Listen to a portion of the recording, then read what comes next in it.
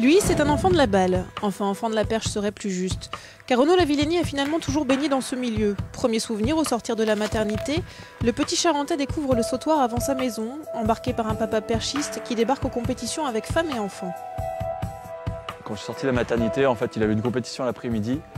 Et en fait, il m'a déposé au milieu du sautoir. Donc il faut imaginer, je faisais 51 cm à la naissance. Le sautoir, il fait plus de 20 mètres carrés. Donc c'était assez sympa l'image. Et donc ouais, c'était le premier contact pour moi avec la perche. J'étais tout jeune, quoi. C'est en 2009 que le jeune espoir commence à se faire un nom. Engagé aux Europes de Turin, il décroche l'or. À 22 ans, Renaud remporte son premier titre international et succède au palmarès à un illustre aîné, Thierry Vigneron. Thierry, c'est un très très grand perchiste. C'est un des rares à avoir piqué un record du monde à Bouka. Et du coup, ouais, de se dire qu'on succède entre guillemets à un personnage de notre discipline, ça fait forcément plaisir et on n'a pas envie de décevoir, quoi. Ça n'arrivera pas. 3 mois plus tard, au Portugal, il détrône son idole, Jean Galfionne. Renaud s'offre le record de France et entre dans le cercle très fermé de ceux qui tutoient les étoiles. 6 m 01, nouvelle marque à battre pour celui qui est devenu le 10e homme le plus haut de l'histoire.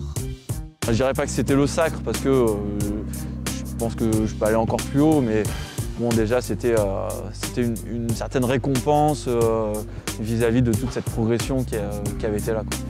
15e homme et premier français à passer les mythiques 6 mètres à l'extérieur, Little Big Perchman, comme on le surnomme, est intronisé dans la cour des grands par le maître en personne, Sergueï Boubka, qui va se fendre d'un appel téléphonique.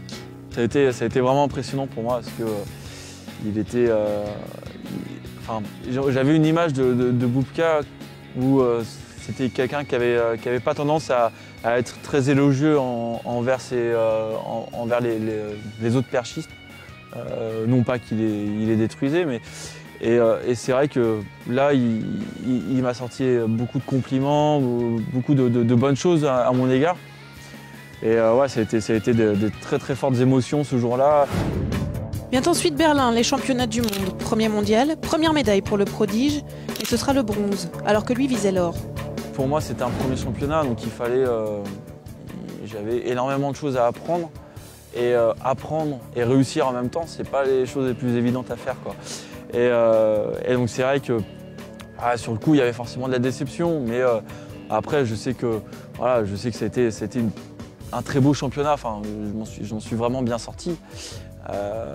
Mais bon, si je m'étais contenté de ça, c'est pas dans ma nature. La déception sera de courte durée. 2010 s'annonce faste et va tenir ses promesses. Renaud s'adjuge la première édition de la Diamond League, pas suffisant pour rassasier un appétit d'ogre. Alors le Charentais y ajoute une médaille, en or cette fois, celle des championnats d'Europe de Barcelone, sa plus belle victoire. Ce qui est important pour nous, c'est la compétition d'un jour. Les Jeux, c'est une compétition de 2 jours, d'un jour. Les mondes, c'est pareil. La Diamond League, c'était une compétition sur plusieurs compétitions. Donc, on peut se rattraper. Au championnat d'Europe, on n'avait pas le droit à l'erreur, quoi. Et 2011 alors? Eh bien le jeune homme a de la ressource et de l'ambition à revendre. Les mondes l'attendent, pour l'or cette fois, le tout ponctué de quelques nouvelles démonstrations de haute voltige. Si j'ai pas de blessure, c'est continuer cette progression pour aller, je l'espère, à plus de 6 mètres, quoi.